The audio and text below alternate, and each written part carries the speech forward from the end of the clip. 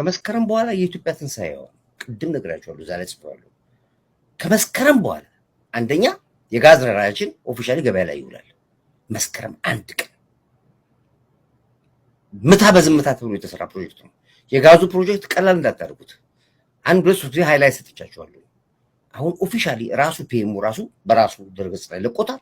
ከመስከረም 1 ጀምሮ ጋዛችን ገበያ ላይ ይውላል። ይሄ ሲሰራ ማንም አያውቅም ከጥቂት ሰዎች ውጭ።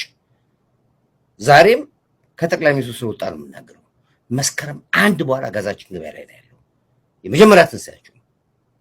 ሁለተኛ መስከረም 1 በኋላ ስለ ህዳሴ ግድብ ወሬ ይዘጋል። ቻፕተር ኢዝ ኢነፍ ደ ሁለተኛ ፋይል ዘግተናል። ሶስተኛ ፕሮጀክታችን መስከረም 1 ላይ ወደባችን እጃችን ላይ ነው ሙሉ እንጀምራለን። ከዛ በኋላ የሜካናይዜሽን እርሻ፣ የፋብሪካ፣ የኢንዱስትሪ፣ የህንፃ፣ የመኖሪያ ቤት የሁሉንም ስራ እንጀምራለን። ከዛ በኋላ ምን እላችሁ ነበር ታስታውሳላችሁ? እመኑኝ ኢትዮጵያ የምድር ገነት ነች። የዓለም ህዝብ ለምኖ የሚገባባት አገር ኢትዮጵያ ትሆናለች አላልኩም? እስኪ አላልኩም።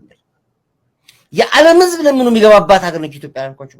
ግን አሁን ታሪክ አስቀምጡ ሁላችሁ። ዛሬ የማታስቀምጠው ታሪክና አሻራ ነገ ኢትዮጵያዊ ነኝ ብለህ ብትል ጠያቂ ባይኖር እንኳን ህሊና ሁሉ ይፈታተናል። ምን አድርጌላታለሁ ትላለህ። የህሊና ድሃቱ በቃ ማድረግ ከሚገባችሁ ጀሌ ተከተላችሁ ሄዳችሁ አበዳችሁ።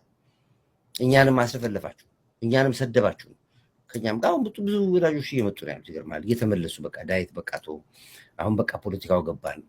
ማአት ሰዎች መልሷቸው፣ ማአት ሰዎች ሳይገባችሁ ነው ይሉት። አሁን ግን በምንም ዳግም እንዳትሳሳቱ ያልኩን መልሳቸው ስላሉ ዳግም ከዚህ በኋላ እንዳትሳሳቱ ያልኩን እየመከርኳቸው ነው። በሀገር ላይ አይኮረፍም፣ በመንግስት ላይ መንግስትን በምርጫ ለምን ፈራችሁ ምርጫ በሏቸው። ምንም ፖለቲካ ያወራል። ለምን ምርጫ ፈራችሁ? በቃ ግቡ። አሁን ወር እኮ ነው የቀረው፣ 9 ወር 10 ወር ይቀራል። በቃ ተዘጋጁና በ10 ወር እውነት ህዝብ ማስተዳደር ከቻላችሁ አቅም ካላችሁ ስድብድብ ብሽሽቅ ዩቲዩብ ላይ መነገጃ ከምትሆኑ ውጡና ግቡና ተፎካከሩ በሏቸው። አይፈልጉም። እነሱ የሚፈልጉት ምርጫውን ስለማያሸንፉ፣ ምርጫውን ስለመተጋገዝ መራጭም ስለሌላቸው፣ ህዝብም ስለተፋቸው በሽግግር መንግስትና በድርድር መንግስት ስልጣን መጣል አይቻልም። አበደን አልቋል። እሱ ፋይል ተዘግቷል።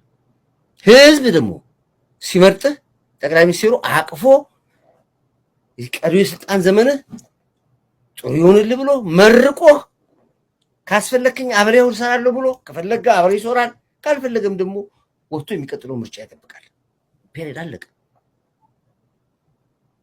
ለምን ፈራችሁ በሏቸው።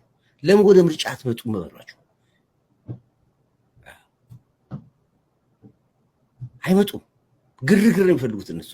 ሽግግር መንግስት፣ የድልድይ መንግስት የለም። ሽግግር አታስቡት። ሽግግር መንግስት በቃ እስከ መጨረሻው አታስቡት። በቃ ከናቸው ወጡት። ስለዚህ ነው ያለውና እኔ ብዙ የምናገረው ነገር የለኝም። ነገ በተመሳሳይ ፕሮግራም ገብተን ሀሳባችን ሼር እናደርጋለን። ግን እውነትና ንጋት እያደር ይጠራል ይባላል። ይህ እውነተኛው ያለው ውጤቱ ይሄ ነው። ወደዳችሁም ተላችሁም ኢትዮጵያ ሚስጥር ነች። የታገሉላት፣ የለፉላት፣ የደከሙላት አሉ። አሁንም ሌሎቻችሁም የረፈደባችሁ ከዚህ ሰዓት ጀምሮ አሻራችሁን አስቀምጡ። አብይ የተስፋው ሀገር ቆራጥ መሪ የመድኃኔዓለም በቃ